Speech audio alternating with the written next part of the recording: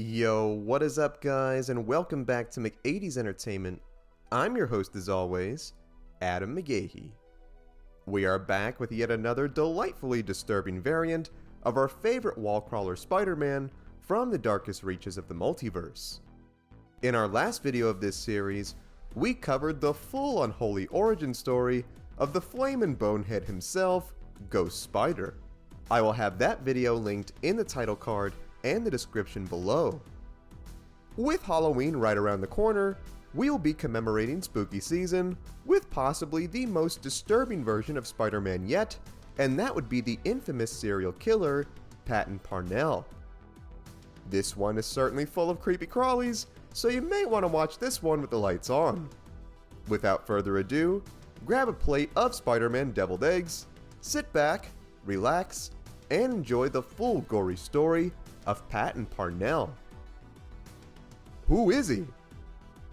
Patton Parnel is a twisted and violent variant of Peter Parker from the depths of the Marvel Multiverse. He made his first appearance in the pages of Edge of Spiderverse number 4 back in 2014. He comes from Earth 51412, and while his initial origin is somewhat similar to Peter Parker's, it soon takes a deep turn to the dark side. As mentioned previously, this Spider-Man is actually not named Peter Parker at all, but rather a play on that name called Patton Parnel. While his parents did die when he was very young like Peter, Patton was sent to live with his abusive and absentee Uncle Ted instead of the kind-hearted Uncle Ben and Aunt May that we all know and love. While Peter Parker was the shy yet chill type of dude, Patton was on the far end of the spectrum and was the shy, stalker, serial killer type dude, for he would spy on his neighbor Sarah Jane while she would get dressed and would refer to her as subhuman names such as test subject. While spying on her, he would sweatily remark that he wished to steal clothes from her room for scientific purposes. Yeah, you know those weird dudes that you come across on the internet that we all think need to get outside and touch grass? This guy, he needs to touch all the grass. In fact, he needs to become the grass and just leave us all alone.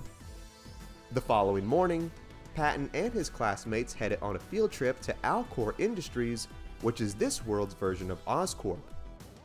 Surprisingly, pervy Patton was approached by Sarah Jane, who somehow thought he was a good person and asked for his help in exposing Alcor for their inhumane animal experimentation. Being the creepy simp that he was, Patton agreed, and when the pair got into the facility, they snuck into one of the labs where they attempted to free some of the caged animals. Reaching into a jar to free a spider, we all know what would happen next as Parnel was bitten by the irradiated arachnid.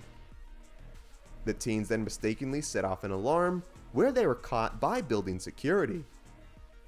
In trouble for the amount of damage they caused, Sarah Jane apologized and put herself at blame, saying that she put Patton up to all this, all while Parnel could do was internally remark on the strange burning sensation coming from his hand. I'm sure it's nothing to worry about.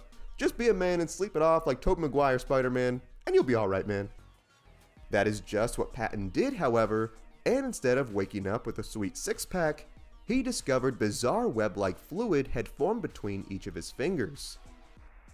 Patton then heard a loud banging at his door, which was an enraged Uncle Ted who was upset at the kid for not opening his room right away. He then claimed that the boy was nuts and should have never agreed to becoming his guardian, and proceeded to give him his own form of mental rehabilitation by beating him with a belt, all while Sarah Jane next door overheard the commotion and cried for her friend. Never said this video would be a fun one, guys. You may want to watch some fun videos after this. Oh, here's Deadpool dancing for a few seconds. Feel better? Okay, moving on. Later that day, the effect of the spider bite began seriously impacting Patton's physiology. He developed an insatiable appetite, one so bizarre that it even drove him to eat a fresh live mouse that they had caught in a trap. Blood dripping from his freshly sharpened teeth, Patton enjoyed his meal and desired more. He even attempted to eat his cat, which luckily scratched him and got away. However, in the commotion, Patton discovered that he could shoot organic webs from his wrists. Sadly webbing up the cat and other items in his room, the Psycho Spider-Man was delighted at his newfound power. Later that night, a typically angry Uncle Ted came home expecting a hot dinner to have been prepared by Parnell. Much to his horror, Ted discovered the webbed creatures all over the house and was greeted by the sinister voice of his nephew, who announced that he in fact was the main course for tonight's dinner. Developing demonic red eyes and enlarged sharpened fangs, Patton lunged at his uncle, who screamed in terror. With no regrets for his actions, this new Sigma male Spider-Man whistled his way to school while wearing a fresh pair of shades to hide his transformed eyes. Seeing his peers as nothing but herded cattle, Patton contemplated on who his next victim would be. To hold him over though, he would save money by bringing a packed lunch, which consisted of live birds webbed in his locker. Before he could suck into a snack like a Capri Sun, Parnell was met by the high school bully Gene, who was up to stereotypical high school bully stuff. With his newfound confidence, however, Patton challenged the dude to a private fight in the school locker room during lunch. And, as you can imagine, things would not end well for poor Gene. The bodies would begin to stack up, as Parnell would then come across a local kid who was looking for his missing dog. Telling the sad boy that he knew where the pooch was, Patton lured the child to his home, where he became next on the menu. Later that night, Patton heard a knock on his door, which was Sarah Jane, asking him if he knew where Gene was. Confronting Sarah about what she saw in guys like Gene, Sarah's interest was piqued in Parnell's newfound confidence, where he pulled the boldest Sigma move ever by actually kissing a girl that he liked. However, he'd quickly go from Sigma back to Psycho as he bit the poor girl right on the neck, where she screamed out in pain. Revealing his glowing red eyes and fangs to the girl, she promptly responded by scratching the dude, telling him to get away. The strike would reveal a pitch black second set of spider-like eyes on Parnell's head, where his skin then ripped off, revealing a new mutated spider-like monster form. Attempting to book it out of this house of horrors, Sarah Jane would mistakenly run into Patton's room, which consisted of his deceased victims hanging from the ceiling, as well as a near-death Uncle Ted who begged for her to help him. In the most creepy monster movie-like way, Patton revealed to Sarah that he loved her and wanted her to carry on his offspring. He then revealed that he was a carrier, where we see Uncle Ted give birth to thousands of baby spiders who came crawling out of his skin. Guys, I am so sorry for anyone who may have developed newfound arachnophobia after watching this. Here's Deadpool dancing again. Is he helping? No? Oh well, I've done all I can do. As he closed in on Sarah, Patton was then met by the vampiric multiverse spider hunter himself, Morlun. Not cool about getting his dinner date interrupted, Patton went to attack Morlun, only to get immediately owned by the vampire, who was delighted to have such a fresh spider snack. He then began to rip each of Patton's arms off, as a completely mortified Sarah Jane ran out of the house.